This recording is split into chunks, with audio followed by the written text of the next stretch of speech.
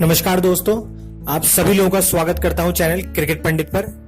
तो चलिए 16 मई को खेले गए मुकाबले की आपको मैच हाइलाइट्स देते हैं। और दोस्तों मैच हाइलाइट्स के बाद मैं साथ ही साथ जैसे ही मैच हाइलाइट्स खत्म करूंगा उसके बाद मैं कुछ की पॉइंट्स डिस्कस करूंगा मैच से रिलेटेड, जिसने कि मैच में इफेक्ट डाला। तो अगर आप सुनना चाहते हैं तो आप जरूर सुन सकते हैं। तो दोस्तों ये मुकाबला राइजिंग पुणे सुपर जायंट और मुंबई इंडियंस के बीच खेला गया वानखेड़े स्टेडियम में। और दोस्तों इस मैच में पुणे ने मुंबई को 20 रन से हराया। तो दोस्तों अपना सिर्फ दूसरा आईपीएल खेल रही राइजिंग पुणे सुपर जायंट खिताब के काफी नजदीक पहुंच गई है और सीधे फाइनल में पहुंच गई है। और उसने इस मुकाबले में 2 बार की चैंपियंस मुंबई इंडियंस को 20 रन से हराकर फाइनल में जगह बनाई है। तो दोस्तों इस मैच में पहले मुंबई इंडियंस ने टॉस जीता और पहले बॉलिंग करने का फैसला किया। और दोस्तों आरपीएस की तरफ से ओपन करने आए अजिंक्य रहाणे और राहुल त्रिपाठी। और आरपीएस की शुरुआत बिल्कुल भी अच्छी नहीं रही। उसने अपने पहले ओवर की आखिरी गेंद पर अपना विकेट गिवा दिया त्रिपाठी के रूप में। त्रिपाठी का एक विकेट मिशेल मैकलेनेगन ने लिया, जिन्होंने उन्हें पहले ओवर की आखिरी गेंद पे बोल्ड कर दिया।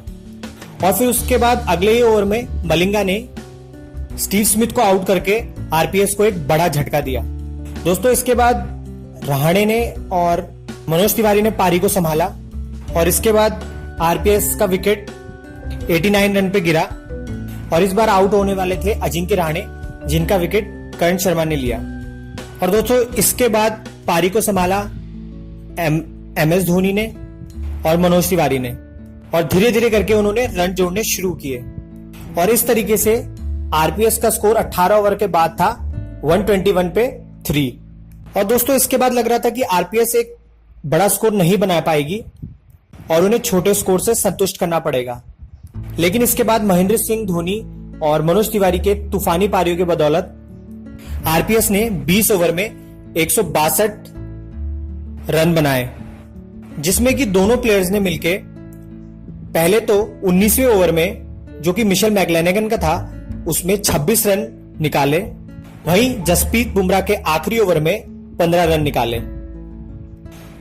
तो दोस्तों इस तरीके से अजिंक्य रहाणे ने 43 बॉल्स में 56 रन बनाए।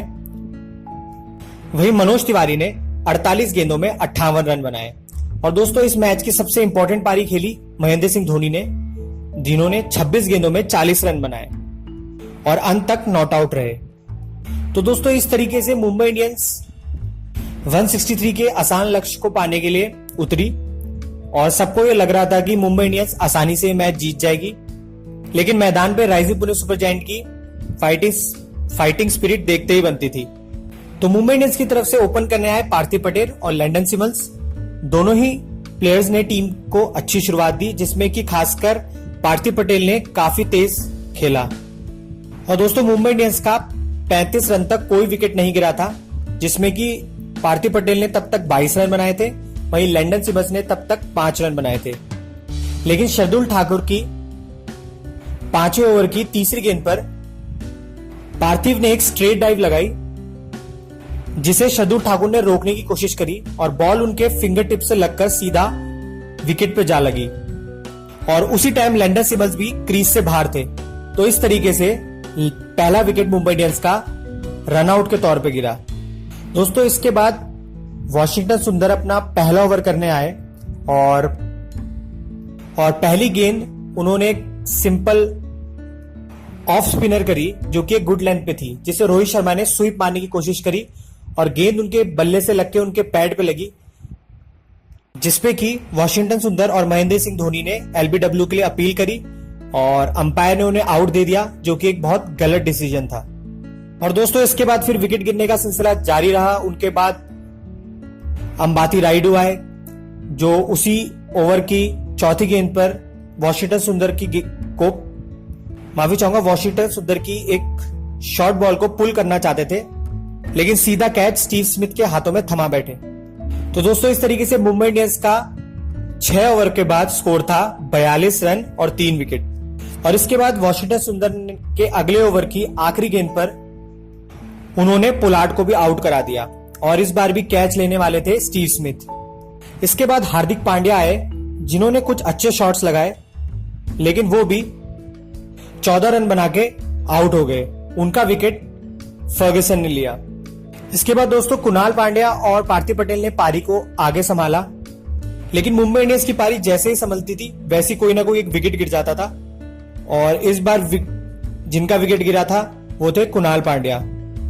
तो कुणाल पांड्या ने शार्दुल ठाकुर की एक स्लोअर बॉल को हिट करने की कोशिश करी एक बाउंड्री के लिए, लेकिन गेंद काफी ऊंची गई, लेकिन बाउंड्री को पार ना कर सकी और सीधा डैन क्रिश्चियन के हाथों में गई। और दोस्तों फिर इसी ओवर की आखिरी गेंद पे पार्थिव पटेल का भी विकेट गिरा और इस बार भी गेंद ऑफ कटर थी और थोड़ी बैक ऑफ अ लेंथ, जिसमें कि पार्थिव पटेल एक लॉफ्टेड शॉट खेलना चाहते थे, लेकिन गेंद सीधी ऊंची हवा में गई और इस बार भी उनका कैच लेने वाले क्रिश्चियन ही थे। तो इस तरीके से पार्थिव पटेल 40 गेंदों में 52 रन बना के आउट हो गए और मुंबई इंडियंस के 103 रन पे 7 विकेट गिर गए। तो दोस्तों इसके बाद तो मैच में एक औपचारिकता ही बची रह गई थी और फिर उनादकट ने करण शर्मा को अगले ही ओवर में एक स्लोअर बॉल पे आउट करा दिया महेंद्र सिंह धोनी के हाथों। और फिर इसके बाद मिशेल मैकलेनेगन भी 12 रन बना के शार्दुल ठाकुर का शिकार हुए। तो इस तरीके से मुंबई इंडियंस ने 20 ओवर में 142 रन बनाए 9 विकेट के नुकसान पर। और अब इसके बाद दोस्तों मुंबई इंडियंस के पास एक और मौका है, क्योंकि जो आज का मैच होने वाला है केकेआर और हैदराबाद का, उसमें से जो टीम जीतेगी मुंबई इंडियंस उसके साथ दोबारा से एक मैच खेल के जीत कर फाइनल में जा सकती है। लेकिन उसके लिए मुंबई इंडियंस को काफी मेहनत करनी पड़ेगी, क्योंकि जिस हिसाब से वो ये मैच हारी है उन्हें काफी कुछ एनालाइज और सोचने की जरूरत है। तो दोस्तों ये रही मैच की हाइलाइट्स। अब दोस्तों मैं कुछ अपना पर्सपेक्टिव बताना चाहता हूं उस मैच से रिलेटेड, तो अगर आप इंटरेस्टेड हैं तो आप सुन सकते हैं। तो दोस्तों इसमें मैं बहुत क्रूशियल पॉइंट्स की बात करूंगा जो मैंने नोटिस करे हैं इस मैच में, और साथ ही साथ मैं कुछ टिप्स भी दूंगा आपको। तो अगर आप में से कोई क्रिकेट खेलता हो या खेल रहा हो तो आप सुन सकते हैं, और जो चीज आपको पॉइंट अच्छे लगते हैं वो आप ग्रैब भी कर सकते हैं। और दोस्तों ये सिर्फ एक मेरा पर्सपेक्टिव है, ये पॉइंट्स ऐसे हैं जो मैंने नोटिस करे हैं मैच में। तो दोस्तों अब मैं शुरुआत करता हूं टॉस से। तो दोस्तों हालांकि मुंबई इंडियंस ने टॉस जीता और पहले बॉलिंग करने का फैसला किया। वैसे तो ये फैसला जस्टिफाई करता है कि मुंबई इंडियंस ने टॉस वानखेड़े में जीता था और वानखेड़े में चेस करना आसान हो जाता है। लेकिन अगर आप इस साल मुंबई इंडियंस की परफॉर्मेंस देखेंगे तो चेस करते हुए कहीं ना कहीं मुंबई इंडियंस को प्रॉब्लम हुई है और कहीं ना कहीं उनके प्लेयर्स प्रेशर में आए हैं। तो ये बात रोहित शर्मा के दिमाग में होनी चाहिए थी। साथ ही साथ उन्होंने जो ड्यू फैक्टर की बात करी थी वो ड्यू फैक्टर मैच में आया नहीं, और बाद में जाके थोड़ा बहुत आया, लेकिन तब तक मैच उनके हाथ से निकल चुका था। अब दोस्तों मैं कुछ 7 पॉइंट्स की बात करता रहूंगा जो अच्छे भी रहे बुरे भी रहे। पहले तो इस बार रोहित शर्मा ने पहला ओवर अपने एक बॉलर से कराया जो कि मिशेल मैकलेनेगन थे, और एक बार उन्होंने एक मैच में हार्दिक पांड्या से ओवर कराया था पहला। जहां तक मुझे याद है वो मैच किंग्स 11 वाला था जिसमें कि काफी रन पिटे थे। तो ये बात अच्छी होती है कि आप अपना पहला ओवर हमेशा स्ट्राइक बॉलर से कराएं, ना कि कोई पार्ट टाइम बॉलर से। और उसके बाद रोहित शर्मा ने एक और अच्छा काम किया कि उन्होंने पावर प्ले के अंदर अंदर अपने मैक्सिमम बॉलर्स को ट्राई आउट कर चुके थे कि आज रिदम में कौन है। और ये ज्यादातर बेटर रहता है कि आप अपने पावर प्ले में जितना हो सके कुछ बॉलर्स को आप ट्राई आउट कर सकते हैं कि कौन बॉलर्स रिदम में लगता है या नहीं है। वरना अगर आप किसी बॉलर को सीधा 11वें 12वें ओवर में लाने की सोचेंगे और वो उस दिन रिदम में नहीं हुआ, तो बाद में आपके पास बॉलर्स नहीं बचेंगे उनको शफल करने के लिए। तो आपको मैक्सिमम टाइम 7 से 8 ओवर के अंदर अंदर अपने एक ओवर तो फिकवा लेना चाहिए जो आप टीम में बॉलर्स खेल रहे हैं, जिससे कि आपको पता चल सके कि कौन सा बॉलर्स आ रिदम में है और कौन सा थोड़ा आउट ऑफ रिदम है।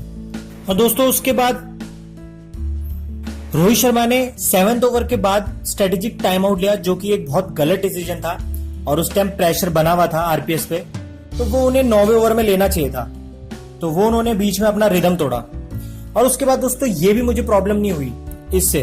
मैं सबसे ज्यादा डिसअपॉइंट तब हुआ जब कुणाल पांड्या और करण शर्मा जब बॉलिंग कर रहे थे तो 8वां ओवर खत्म करने के बाद 9वें ओवर में हार्दिक पांड्या को लाया गया। और दोस्तों जब आपके बॉलर्स इतने रिदम में हो तो आपको चेंज करने की जरूरत क्या है। तो जिस समय करण शर्मा को 9वां ओवर करने आ रहा था उस टाइम हार्दिक पांड्या ओवर करने आए, जिसमें कि आरपीएस ने बहुत बढ़िया फायदा उठाया और उस ओवर में 15 रन निकाले। और दोस्तों 15 रन इतने क्रूशियल होते हैं कि पूरा मोमेंटम चेंज हो जाता है मैच का और आरपीएस पे एकदम से प्रेशर रिलीज हो गया। और उस दौरान करण शर्मा काफी अच्छी रिदम में लग रहे थे और इसके बाद फिर से मुंबई इंडियंस ने काफी अच्छा प्रेशर बनाया। लेकिन दोस्तों 1900 ओवर जब मिशेल मैकलेनेगन कराने आए तो मैंने खासकर देखा है कि डेथ ओवर्स में मिशेल मैकलेनेगन बिल्कुल भी अच्छी बॉलिंग नहीं करते हैं। और हालांकि किसी भी प्लेयर का बॉलर का बुरा दिन हो सकता है, लेकिन दोस्तों अगर आप एक ओवर में 26 रन खा रहे हो तो ये बहुत ही बड़ी बात है कि आपने पूरे मैच का मोमेंटम शिफ्ट कर दिया है। दोस्तों 19 ओवर सबसे ज्यादा इंपॉर्टेंट इसलिए होता है क्योंकि जो 20 ओवर करने आता है बॉलर उस पर थोड़ा सा प्रेशर रिलीज हो जाता है। तो बुमराह के तो जो लास्ट में 15 रन गए उस पे तो मैं बिल्कुल भी डिसअपॉइंट नहीं हूं, क्योंकि आपके 13-14 रन तो आ सकते हैं, कहीं भी कोई बड़ी बात है नहीं। लेकिन मिशेल मैकलेनेगन ने जो 26 रन दिए 19 ओवर में, और देखा आपने दोस्तों वो मैच के लास्ट में कितने क्रूशियल साबित हुए। और उसका एक बहुत बड़ा कारण होता है जब कोई टीम लास्ट के ओवर में रन बना के जाती है ना दोस्तों डगआउट में, तो उनका कॉन्फिडेंस लेवल अलग हो जाता है। साथ ही साथ इसका अपोजिट होता है, जो बैटिंग टीम जो फील्डिंग टीम चेस करने आने वाली होती है ना, उनके दिमाग में पता है क्या होता है, उनके दिमाग में एक ही चीज होती है, यार लास्ट के 2 ओवर में काफी रन दे दिए, अगर नहीं देते तो कम होता। तो दोस्तों ये कहीं ना कहीं हिट करता है। तो दोस्तों लास्ट के 2 ओवर में 41 रन आए और 2 ओवर में 41 रन देना मतलब कि आपने बहुत बड़ा ब्लंडर कर दिया है मैच का। और इसकी काफी गलती मिशेल मैकलेनेगन पे जाती है। और दोस्तों ये बात नहीं थी कि सामने वाले प्लेयर्स एक्स्ट्रा ऑर्डिनरी कर रहे थे, हालांकि महेंद्र सिंह धोनी बहुत ही अच्छे फिनिशर हैं, लेकिन मैं आपको एक चीज बता दूं कि मिशेल मैकलेनेगन ने कहीं भी ऑफ में यॉर्कर करने की कोशिश ही नहीं की।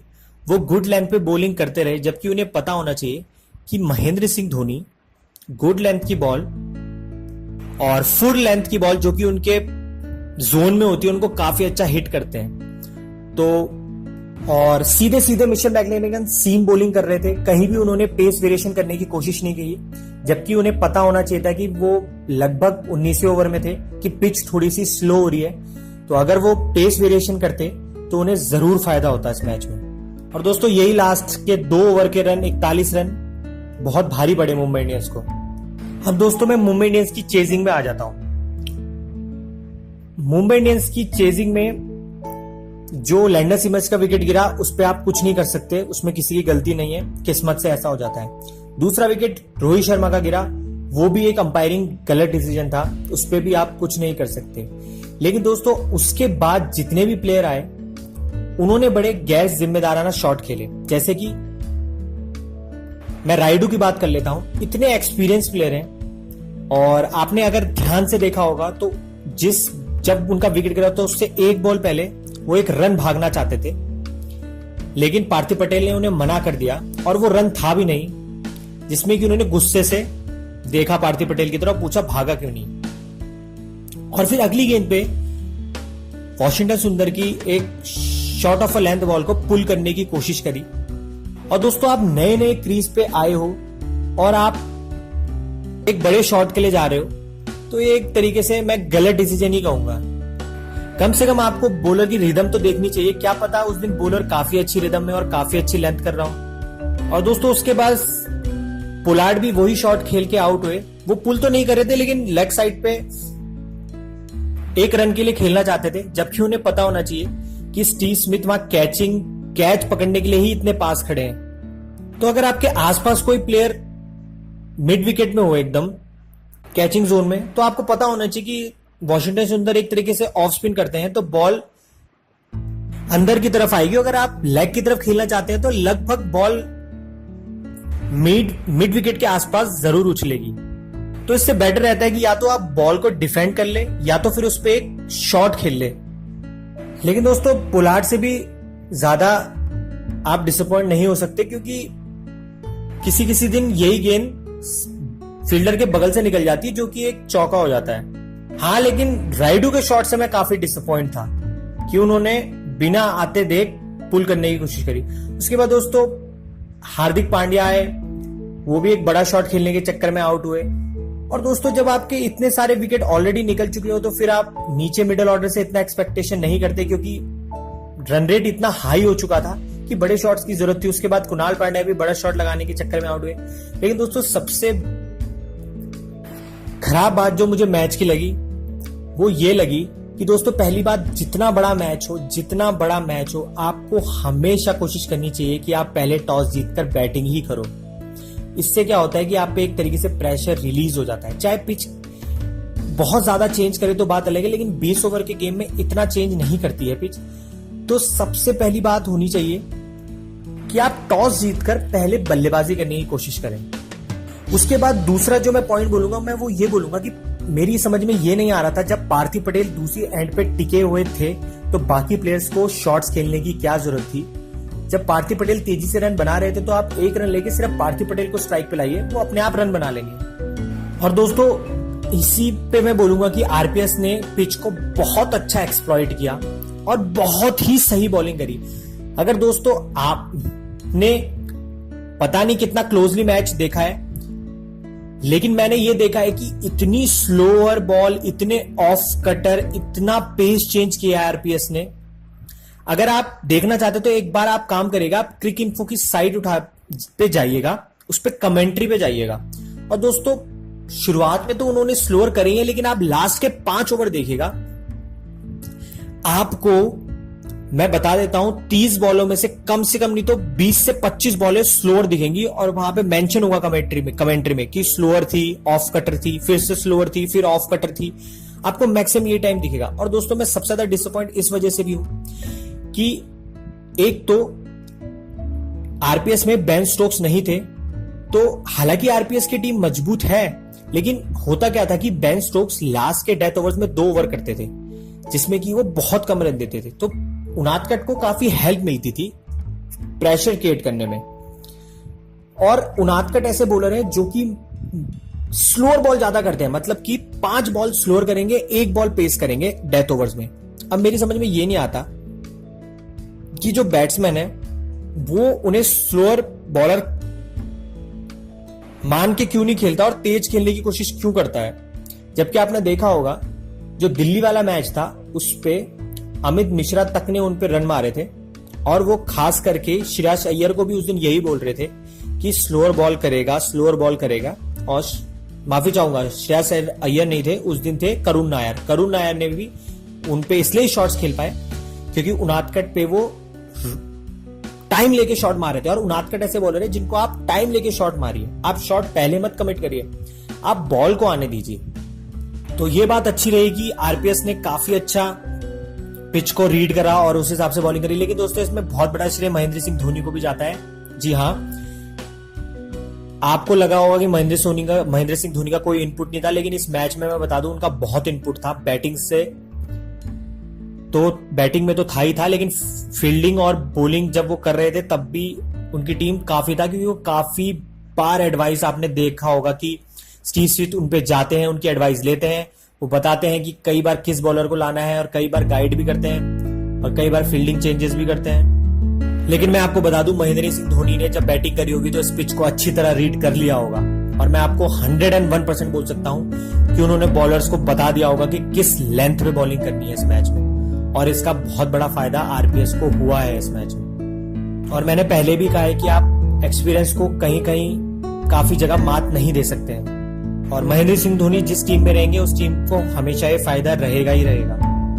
अब दोस्तों मैं कुछ टिप्स आपको देना चाहता हूं अगर आप प्लेयर हैं। तो पहली बात मैं बोलना चाहता हूं कि अगर आप जैसे किसी गेम में खेल रहे हैं और आप अगर चेस कर रहे हैं तो दोस्तों हमेशा याद रखिए कि सामने वाली टीम में सभी बॉलर्स उस दिन अच्छी लय में हो, ऐसा कभी नहीं होगा।